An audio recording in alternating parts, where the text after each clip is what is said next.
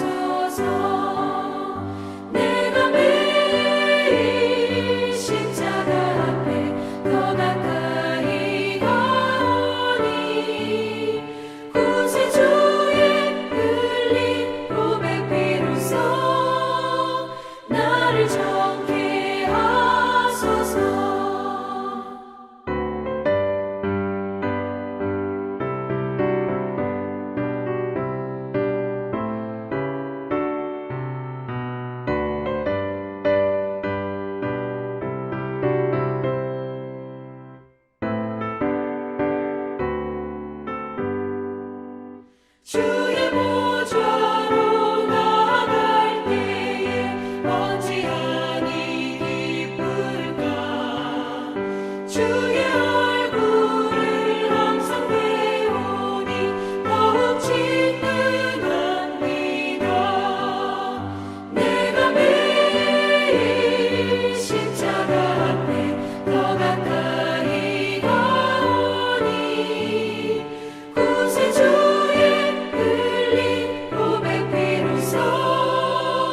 나를 정케 하소서. 우리 구주의 넓은 사랑을 증명할 자 없으며 주가 주시는 참된 기쁨도 헤아릴 수 없도다. 내가 매일 십자가 앞에 더 가까이 가오니 구세주의 흘린 고백 비로소 나를 정케 하소서. 아멘.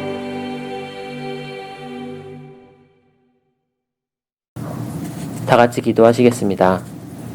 태초 온 우주를 지으시기 전부터 계셨고 지금도 저희와 함께 하시며 앞으로도 영원토록 계실 하나님 아버지, 온 우주보다 크신 하나님 앞에선 티끌보다 작은 저희 한 명 한 명을 인격적으로 사랑해 주시고 저희의 마음을 만져주심에 감사드립니다. 그 크신 하나님께 찬양드리며 예배드리며 기도로 그리고 하나님의 말씀을 통해 대화할 수 있는 이 귀한 시간을 주심에 감사드립니다. 온 우주를 지으신 하나님께서 너무나 작은 저희를 위해 이 땅에 직접 오셔서 십자가에 못 박혀 죽으셨는데 저희가 그 크신 사랑을 그저 너무 당연히 여겨 가볍게 여기고 있지는 않은지, 그 크신 사랑을 주신 하나님의 말씀보다 주변 사람들의 말과 세상이 주는 행복에 더 집중하고 있지는 않은지 돌아보기를 원합니다. 그 십자가를 다시 바라볼 때 저희가 예수님의 십자가와 함께 죄에 대해서 죽었음을 다시 한번 깨닫고 하나님께서 알려주신 선을 행하는 하나님의 자녀들이 될 수 있도록 이끌어 주시옵소서. 코로나 바이러스로 인해 락다운이 시작되었을 때 처음엔 그저 길어야 한두 달일 거라 생각했던 일이 이젠 끝을 짐작하기 어려울 정도로 길어지고 있습니다. 기존의 삶과는 너무나 달라진 이 뉴노멀 시대 가운데 저희가 하나님의 자녀로 어떻게 살아가야 할지 더 간절히 하나님께 지혜를 구하기를 원합니다. 저희의 예배의 모습도 서로 교제하는 모습도 너무나 달라져 버린 지금 그저 아무 생각도 없이 살아가는 것이 아니라 하나님께서 알려주신 선을 행하기 위해 더 애쓰는 저희가 될 수 있도록 저희 안에 하나님의 성령이 충만하기를 간절히 기도합니다. 이 달라진 생활 가운데 지치고 힘들어할 지체들을 위해 기도하기 원합니다. 목사님 가정에 지혜와 힘을 주셔서 달라진 상황 가운데에서도 하나님의 지혜가 충만할 수 있게 하여 주시고 그 외 여러 교회를 섬기시는 가정 가운데에서도 지혜와 사랑 부어주셔서 지혜롭게 사랑의 마음으로 교회를 섬길 수 있도록 이끌어 주시옵소서. 공동체 안에서 지치고 힘들어하는 가정들 위해 하나님께서 사랑으로 보듬어 주시고 하나님의 은혜를 넘치도록 부어주시기를 기도합니다. 새 계명을 너희에게 주노니 서로 사랑하라. 내가 너희를 사랑한 것 같이 너희도 서로 사랑하라. 너희가 서로 사랑하면 이로써 모든 사람이 너희가 내 제자인 줄 알리라. 라고 하셨던 말씀처럼 저희 공동체 안에 하나님의 사랑이 넘쳐나기를 기도합니다. 하나님 아버지, 허락해 주신 이 시간 가운데 저희가 온전히 하나님께 집중하여 함께 찬양하고 기도하며 하나님의 말씀을 들을 수 있도록 모두의 마음밭이 옥토밭이 되어 하나님의 은혜가 저희 안에 깊이 심기어 자랄 수 있게 이끌어 주시옵소서. 감사드리며 이 모든 것 주 예수 그리스도의 이름으로 기도드렸습니다.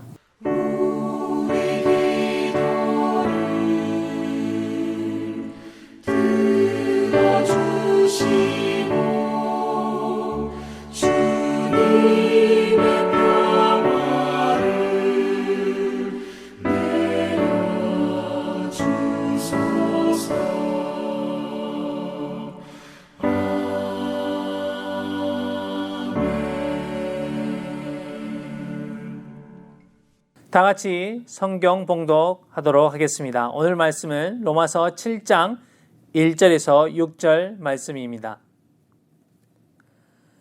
형제들아, 내가 법하는 자들에게 말하노니 너희는 그 법이 사람이 살 동안만 그를 주관하는 줄 알지 못하느냐. 남편 있는 여인이 그 남편 생전에는 법으로 그에게 매인 바 되나. 만일 그 남편이 죽으면 남편의 법에서 벗어나느니라. 그러므로 만일 그 남편 생전에 다른 남자에게 가면 음녀라. 그러나 만일 남편이 죽으면 그 법에서 자유롭게 되나니 다른 남자에게 갈지라도 음녀가 되지 아니하느니라. 그러므로 내 형제들아, 너희도 그리스도의 몸으로 말미암아 율법에 대하여 죽임을 당하였으니 이는 다른 이 곧 죽은 자 가운데서 살아나신 이에게 가서 우리가 하나님을 위하여 열매를 맺게 하려 함이라. 우리가 육신에 있을 때에는 율법으로 말미암는 죄의 정욕이 우리 지체 중에 역사하여 우리로 사망을 위하여 열매를 맺게 하였더니 이제는 우리가 얽매였던 것에 대하여 죽었으므로 율법에서 벗어났으니 이러므로 우리가 영의 새로운 것으로 섬길 것이요 율법 조문에 묵은 것으로 아니할지니라. 아멘. 우리는 얽매였던 율법에서 벗어난 자들입니다 라는 제목으로 송성호 목사님께서 말씀 전하실 때 많은 은혜 받으시길 바랍니다. 오늘 주신 하나님의 말씀을 위해서 함께 기도하도록 하겠습니다. 기도하시겠습니다. 사랑과 은혜가 충만하신 아버지 하나님, 이 시간 주님의 은혜를 간구합니다. 성령 충만함으로 임재하여 주셔서 하나님의 말씀을 저희들이 받을 수 있도록 인도하여 주시고 아멘으로 화답할 수 있도록 축복하여 주시옵소서. 주님, 이 시간 예수 그리스도의 십자가의 복음만이 드러날 수 있도록 인도하여 주시고 주님의 말씀이 우리 마음밭에 뿌려져 30배, 60배, 100배의 결실을 맺을 수 있도록 축복하여 주시옵소서. 이 시간을 온전히 주님께 의지합니다. 예수님의 이름으로 기도드렸사옵나이다. 아멘. 지금 우리는 로마서의 말씀을 매주 한 장씩 나누고 있는데 로마서의 말씀이 쉬운 말씀은 아닙니다. 상당히 교리적인 말씀도 많이 있기 때문에 이해하기가 어려운데요. 오늘 7장의 말씀을 함께 나누고자 하는데 먼저 고백드리고 싶은 것은 이 7장의 말씀 저 자신도 상당히 어려운 그러한 말씀이고 묵상하기 쉽지 않았습니다. 왜냐하면 7장의 말씀을 읽다 보면 여러 가지 생각이 의문점이 듭니다. 아니 율법이 필요하다는 얘기인가? 율법을 무시하면서 살라는 얘기인가? 율법 자체는 선하다고 말을 했기 때문에 율법을 지키라는 말인가? 율법에 대해서 죽었기 때문에 이제 율법을 지킬 필요가 없다는 얘기인가? 왔다 갔다 해요. 율법이 있기 때문에 죄가 기회를 타서 내 속에서 온갖 탐심을 이루었다고 말씀을 하니까 율법은 진짜 나쁜 거다라는 생각이 들 정도로 말씀 이해하기가 어렵습니다. 그래서 저는 기본적인 것부터 다시 한번 생각해 봤습니다. 이 율법이 생겨나게 된 근본적인 이유는 무엇인가라는 것이죠. 여러분, 우리가 사는 사회는 혼자 사는 것이 아닌 공동체를 이루는 곳으로 서로의 관계가 있기 때문에 이 관계 속에서 일어나는 갈등을 조정하기 위하여 법이 생기고 또한 율법이 생긴 것입니다. 가정을 예를 들어서 생각해 보겠습니다. 혼자 살다가 둘이 살면은 둘만의 법이 필요해요. 갈등을 조절하기 위한. 그러다가 또 자녀가 생기면 세 사람 속에서 일어나는 갈등을 조정하기 위해서 가정에 어떠한 질서가 필요합니다. 예를 들면 여름 휴가를 결정하는 것도 그래요. 과거에는 두 사람의 의견만 잘 맞으면 뭐 행복하게 다녀올 수 있었는데 제가 어떤 가정을 알거든요. 어떤 가정은 매년 여름에 일주일씩 산속에 들어가세요. 부부가 들어갈 때는 뭐 별로 둘 다 의견이 투합이 돼서 잘 산속에 들어가서 잘 이렇게 휴식을 취하고 왔는데 아이들이 커지면서 갈등이 많았대요. 아이들은 싫어하니까, 아이들은 놀이동산 가고 싶어 하니까 수영장도 가고 싶고. 그래서 그 가정은 어떻게 법을 정했냐면 너희들이 대학 가기 전까지는 무조건 아버지의 말을 들어야 된다라는 법을 정한 거예요. 제가 뭐 이런 법이 뭐 독재다, 뭐 나쁘다, 좋다, 그 집 평화롭겠다 이런 말씀을 드리는 것이 아니라 조정을 위해서 갈등을 조정하기 위한 법이 그 가정에는 필요했던 것이죠. 잘 생각을 하셔야 돼요. 사회라는 것이 그렇습니다. 혼자 사는 것이 아니라 이웃과 같이 살고 또 가정이 함께 살다 보니까 이런 것들을 조정하기 위해 관계를 설정하고 또 관계 속에서 평화를 유지하기 위해서 법이 생기기 시작했다는 것입니다. 여러분, 교회도 그렇습니다. 교회도 초대교회에는 그렇게 법이 필요 없었어요. 열심히 기도하고 묵상하고 말씀 증거하면 됐기 때문에. 그런데 교회가 커지기 시작하면서 갈등이 생겼습니다. 사도행전 6장 1장에 보시면요, 그때의 제자가 더 많아졌는데 헬라파 유대인들이 자기의 과부들이 매일의 구제에 빠짐으로 히브리파 사람들을 원망하니 제자들이 많아지기 시작하면서 갈등이 생겼어요. 그들이 혼자 사시는 분들을 구제하는 일을 많이 했는데 헬라파 사람들이 가만 보니까 히브리파 사람들만 계속 하는 거예요. 그래서 거기서 원망이 생기고 갈등이 생겼습니다. 그래서 이러한 갈등을 없애기 위해서 원만한 관계, 평화를 유지하기 위해서 7 집사님을 세우고 그들을 통해서 관리하도록 하게 했습니다. 법이 생긴 것이죠. 하나님이 율법을 이스라엘 백성에게 주신 이유, 율법을 통해서 하나님의 백성된 이스라엘이 하나님과의 관계를 잘 정립하고 하나님과 평화를 누리며 질서를 유지하고자 함입니다.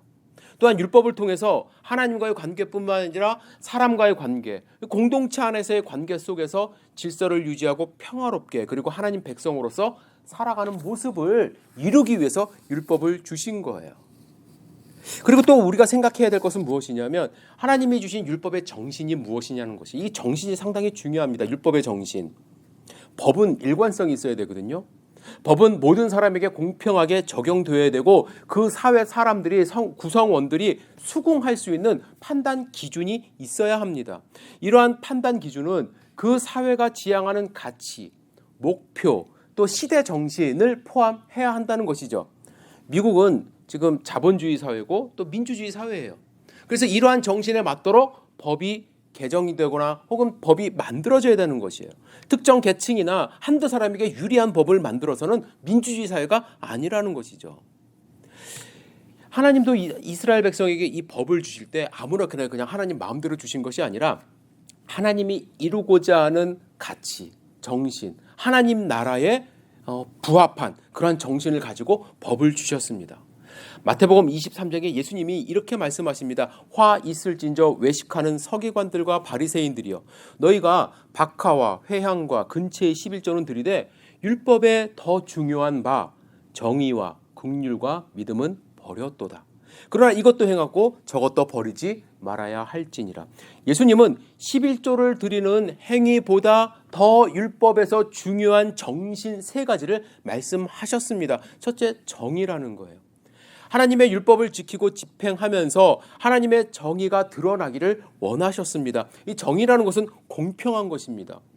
모두가 그 법을 적용받는 것, 빈부의 격차에서 차별받지 않고 남녀 차별 없이 말씀이 적용되고 심판되는 것을 말씀합니다. 그런데 정의만 있으면 안 돼요. 정의만 가지고 법을 집행하는 것은 하나님의 율법 정신에 어긋납니다. 그래서 예수님은 두 번째, 긍휼을 말씀하십니다. 긍휼은 사랑하는 마음으로 사람을 바라보는 거예요. 법을 지키고 집행할 때 사랑하는 마음이 함께 있어야 한다는 것입니다. 어린아이가 배고파서 가게에서 물건을 훔쳐서 먹었어요.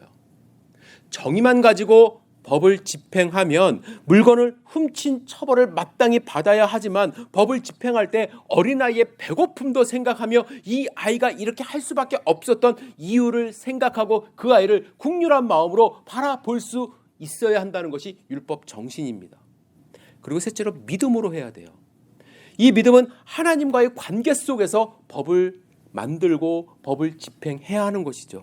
율법을 통해서 하나님은 하나님의 백성이 하나님을 믿는 믿음이 더욱 견고해지기를 바라며 율법을 주신 것이거든요.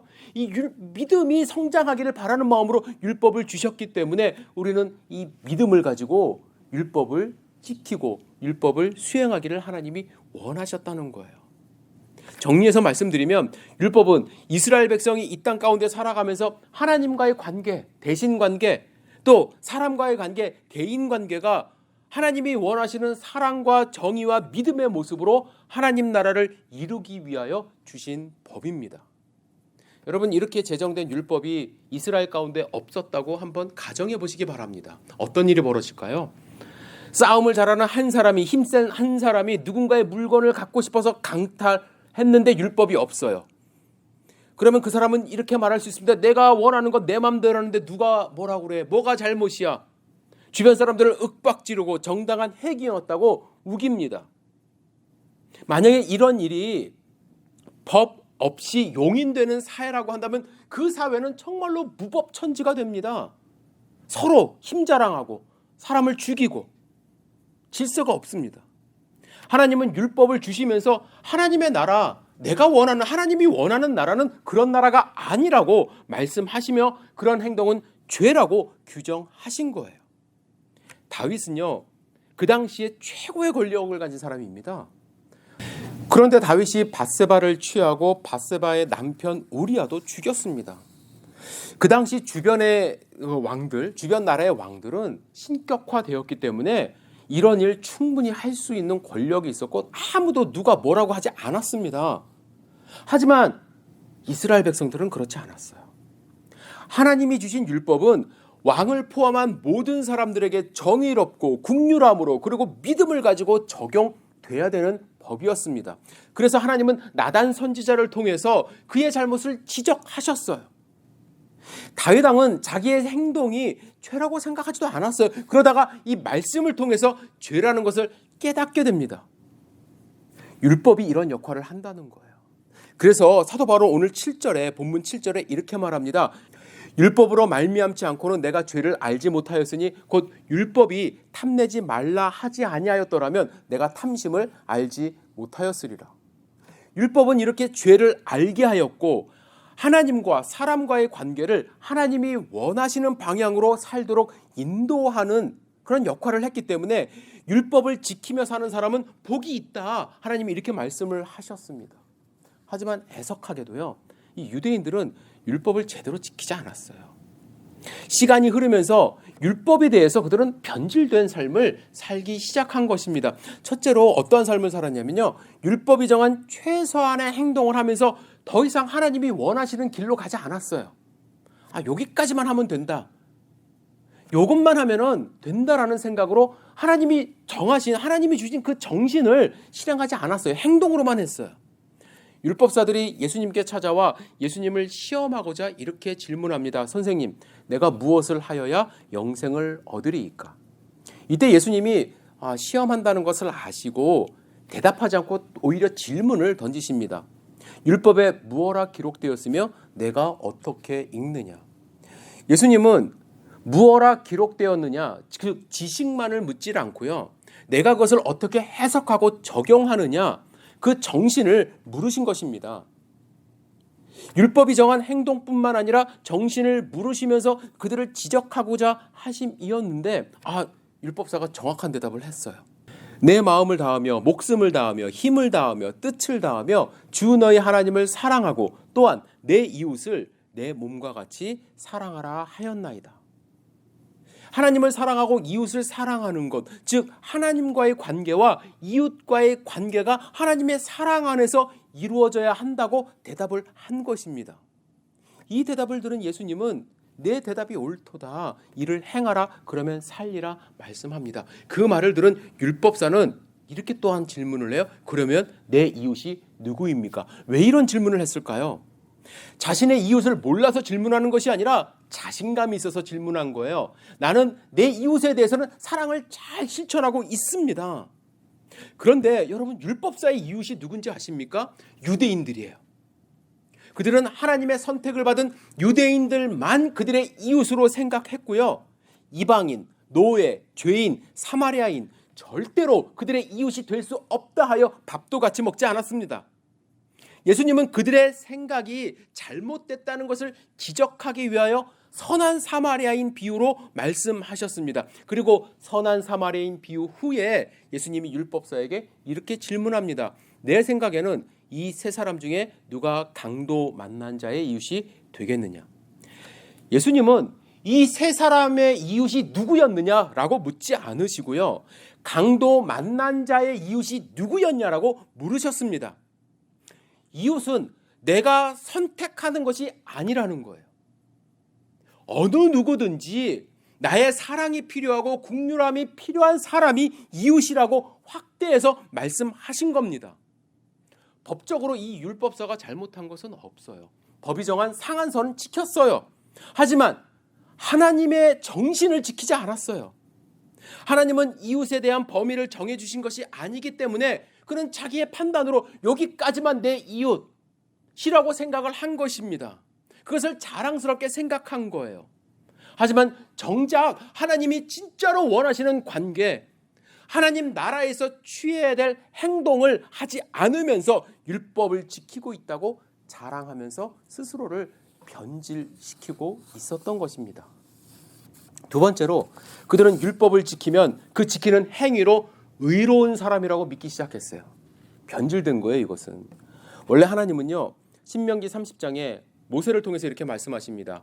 내 하나님 여호와께서 내 마음과 내 자손의 마음에 할례를 베푸사 너로 마음을 다하며 뜻을 다하며 내 하나님 여호와를 사랑하게 하사 너로 생명을 얻게 하실 것이며, 하나님이 강조하는 것은 마음의 할례, 마음을 다하고 뜻을 다하고, 그래서 하나님을 섬기는 것, 행동보다 마음, 믿음이 먼저였습니다.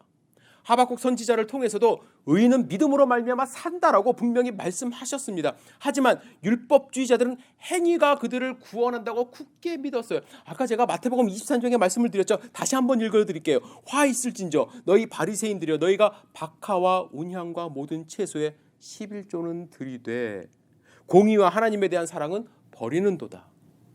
여러분, 그들은요 정말로 뛰어난 행동가였어요. 세밀하게 모든 율법을 지키려고 노력했습니다. 깻잎 10장을 따면은요, 그 중에 한 장을 하나님께 11조로 드렸다는 거예요. 하지만 그러한 행위는 할지언정 정작 중요한 율법의 정신인 공의, 하나님의 사랑은 그들 가운데 없었습니다. 그래서 그들은 어떻게 변질되었냐면, 자기의 행위로 인하여 다른 사람을 비추어 봤을 때 그들이 그렇게 따라하지 않으면 그들을 정죄하고 심판했어요. 여러분 율법을 제대로 지키고요. 하나님이 율법을 주신 이유를 정확하게 파악하고 그 정신을 실행을 하면 어떠한 현상이 벌어지냐면 다른 사람을 판단하지 않아요. 오히려 내 자신이 죄인임을 깨닫고 매일 회개하며 겸손한 삶을 살려고 노력하는데 그들은 사람들이 자기의 행위를 자기의 행동을 칭송하자 자기가 높아졌어요. 교만해졌어요. 사람들을 정죄하고 그래서 결국은 어떻게 했나요? 예수님을 십자가에 못 박는 일까지 자행한 것입니다. 사도 바울이요. 자신이 어떻게 율법에 대해서 어떠한 삶을 살았는지 누구보다도 잘 알던 바리새인이었습니다. 율법의 행위로는 흠잡을 데 없는 의인이었다고 스스로 말할 정도였습니다. 그래서 자신의 율법적인 기준과 판단으로 예수를 믿는 기독교인들은 죽여도 된다고 생각을 했습니다. 그래서 정죄하고 그 사람들을 잡으러 다녔고 감옥에 가두고 죽였어요. 그런데 예수를 만나고 보니까 진실을 알고 보니까 자기가 그동안 이렇게 율법의 행위에 얽매인 삶을 살았던 것을 깨달은 거예요. 그래서 바울은 6절 상반부에 이렇게 선언합니다. 이제는 우리가 얽매였던 것에 대하여 죽었으므로 율법에서 벗어났다. 사도 바울은 그동안 자기가 변질된 삶을 살았던 율법으로서의 삶, 율법에 얽매였던 삶으로부터 자유를 얻었다, 벗어났다고 선언합니다. 이 부분에서 저는 조금 헷갈렸어요. 뭐가 헷갈렸냐면 그러면 율법을 지키지 말아도 되는 것인가? 근데 또 뒤에 가면은 율법은 선한 거라고 말씀하시니까 율법을 지켜야 되는 것인가? 율법은 필요 없는 것인가? 율법은 있어야 되는 것인가? 여기서 우리는 구별을 해야 돼요. 무엇을 구별해야 되냐면 바울이 말하는 율법의 자유는 율법의 정신으로부터의 자유가 아니라 율법의 형식으로부터의 자유임을 우리는 구별할 줄 알아야 돼요. 율법의 정신은 무엇입니까? 정의, 국률, 믿음, 이것은 절대로 우리가 버려서는 안 돼요. 하지만 형식에 얽매이지 않는 것, 형식에서 벗어났다는 것은 어떠한 것으로부터 벗어난 것이냐면 무엇보다도 구약의 제사 형식으로부터 벗어났다는 것을 의미해요. 구약의 율법, 하나님께 나아갈 때 어떻게 해야 했습니까? 반드시 제사장을 통해 나가야 했거든요. 제사장이 앞에서 가로막습니다. 다 검수해요. 그죠? 제사장을 통과해야 돼요. 또 죄 용서를 받기 위해서 제물을 잡아 드려야만 했습니다. 흠없는 제물에 피를 뿌려야만 했습니다. 번제를 드리기 위해서는 다 태워야 돼. 이런 복잡한 절차들이 있었어요. 율법의 형식이 있었는데 이것으로부터 자유함을 얻었다는 거예요. 그래서 4절에 사도 바울이 이렇게 말합니다. 그러므로 내 형제들아 너희도 그리스도의 몸으로 말미암아 율법에 대하여 죽임을 당하였으니 이는 다르니 곧 죽은 자 가운데서 살아나신 이에게 가서 우리가 하나님을 위하여 열매를 맺게 하려 함이라. 예수님이 십자가에 죽으심으로써 우리는 율법의 형식으로부터 자유함을 얻고 하나님 앞에 이방인들조차도 담대하게 나아갈 수 있는 담력을 얻었다는 것이에요. 얽매이고 있었던 제사의 형식과 절차로부터 자유로워졌습니다. 그리고 우리가 율법으로부터 벗어났다는 것은요, 율법이 정한 행동 이상의 것을 할 수 있는 자유함이 우리에게 있다는 거예요. 바리새인들은 613가지의 조항을 만들어서 율법을 지켰습니다. 이렇게 많은 조항을 지키는 것 정말 쉽지 않은 일이에요. 어떻게 보면 자랑스러워할 만합니다. 그런데 율법을 지킬 때 어떤 마음으로 지켰을까요? 기쁨으로? 아니라는 거죠. 남에게 보여주기 위하여. 이러한 행동을 하면 나는 의롭다라는 생각으로 그냥 의로움을 나타내기 위해서, 혹은 이러한 행동을 하지 않으면 누군가가 나를 손가락질 할 거야라는 두려움으로 지키기 시작하면서 율법을 지키는 기쁨이 없는 거예요. 율법이 그 삶의 올무가 된 거예요. 얽매이게 된 것입니다. 여러분, 군대 가면 그래요. 한국에서 군대 정말 새로운 조항들이 많아요. 그 조항을 처음부터 기쁘게 막 지키는 사람들 별로 없어요. 그죠? 하루하루가 막 지옥 같고, 막 점호하는 거, 아침에 일어나는 거, 밥 먹는 거, 여러 가지 일과들 정말 힘듭니다. 마치 그렇게 억지로 하는 것처럼 율법을 지키면 그것이 올무가 된다는 거예요. 그런데 자유함이 생긴 거예요. 이제 어떡할까요?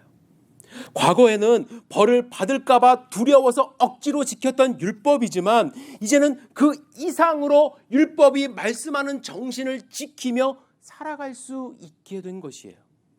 과거에는 율법에 얽매여서 죽어가는 사람을 봐도 그냥 지나쳐갔어요.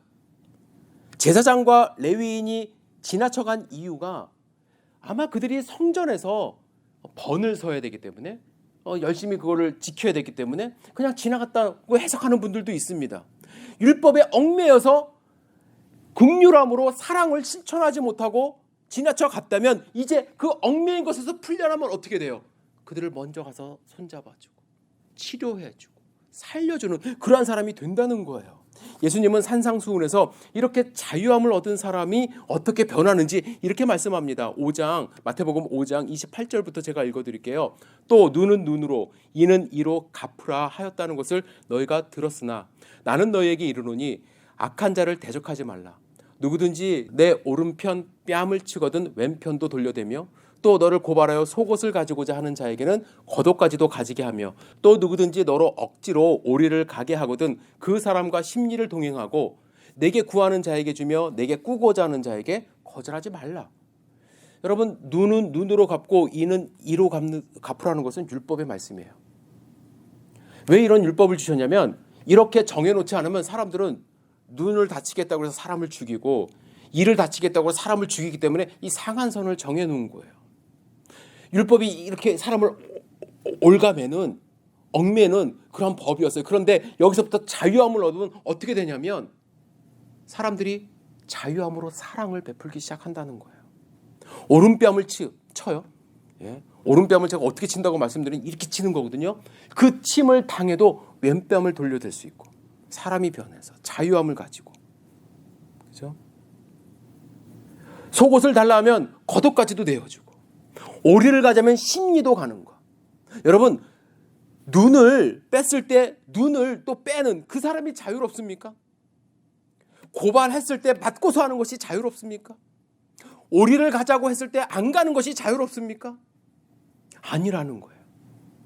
하나님을 믿는 사람들은 자유함을 가지고 더 많이 베풀고 때로는 손해를 보더라도 그 사랑을 베푸는 것이 자유함을 갖고 오히려 하나님의 사랑을 실천하는 사람이 된다는 것이죠. 여러분, 우리는 자유롭게 신앙생활하고 있습니까? 여러분들이 가진 능력을 마음껏 발휘하면서 기쁨으로 신앙생활하고 있습니까? 우리가 가진 이 자유를 얽매고 있는 것들이 있어요. 가끔 보면은 율법적인 생각을 하면은 자유함이 별로 없어요. 사도 바울은 11절에 죄가 기회를 타서 계명으로 말미암아 나를 속이고 그것으로 나를 죽였도다 이렇게 말합니다. 이 말씀을 저는 이렇게 이해했습니다. 우리가 계명에 집착하다 보면요, 사단은 계명을 이용하여 우리가 죄를 짓도록 하게 한다는 거예요. 계명 나는 잘 지켰으니까 저 사람 지키는지 안 지키는지 보자, 그죠? 저 사람을 판단하고 정죄하는 거예요. 우리는 물론 구약의 율법 가운데 있지는 않지만 우리 나름대로요, 개인적으로 또 교회적으로 이렇게 해야 된다, 이렇게 하지 말아야 된다 하는 그런 생각들이 있어요. 각자. 거기에 얽매이다 보면요, 자유함이 없어요. 사람을 볼 때 저 사람 저렇게 했어. 저 사람 저러면 안 되는데. 저 사람 저렇게 했어. 저 사람 저러면 안 되는데. 내가 다른 사람을 정죄하고 판단한다는 것이죠. 그러면 사랑할 자유를 빼앗겨요. 자유롭게 신앙생활하지 못해요. 기뻐할 자유를 빼앗깁니다. 기쁨 없이 신앙생활할 수밖에 없어요. 우리가 기쁨으로 자유롭게 신앙생활하지 못하는 두 번째 이유는 방종이 자유라고 생각하면 그렇게 돼요. 방종이. 어떤 분들은 자유로운 신앙생활이라고 생각하면서 어떻게 생각을 하시냐면 내가 교회 가고 싶을 때 가는 거. 오늘은 가고 싶지 않아. 난 자유야. 집에 있을래. 기도하고 싶을 때 기도하는 것. 성경 읽고 싶을 때 읽고 묵상하는 것. 물론 그럴 때가 별로 없겠죠. 세상 가운데 살다가 가끔 예배 드리는 것. 그것이 자유라고 생각해요.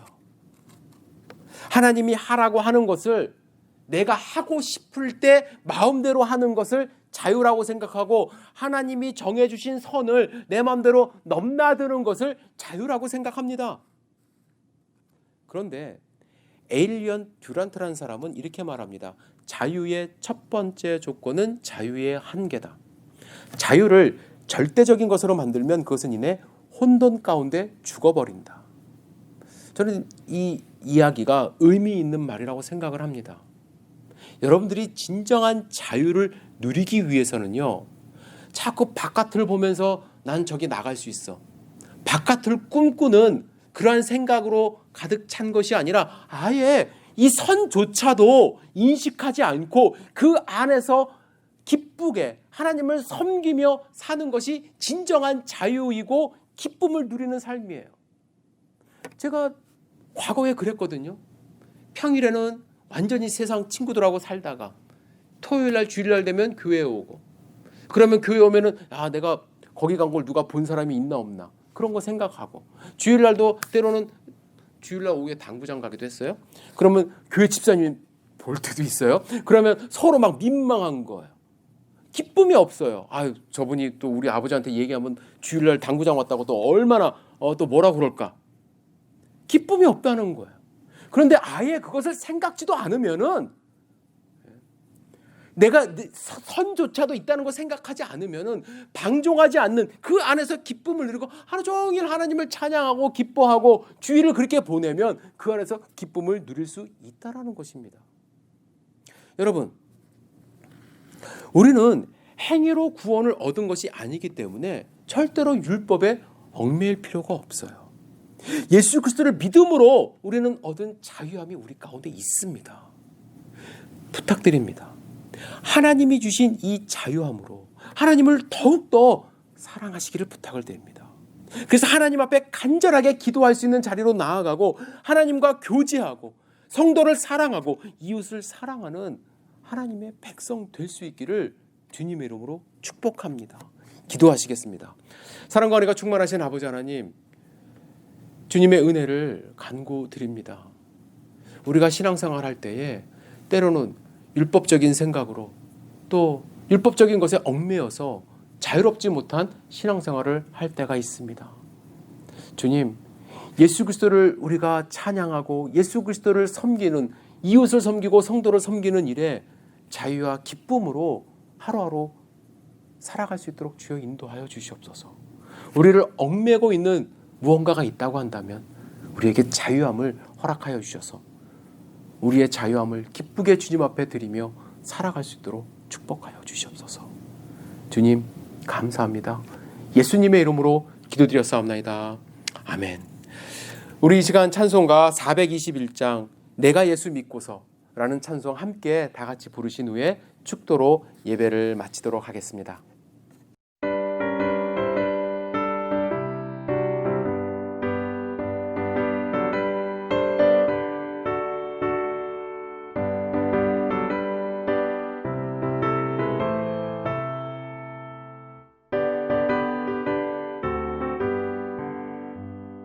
내가 예수 믿고서 죄 사함 받아 나의 모든 것 다 변했네.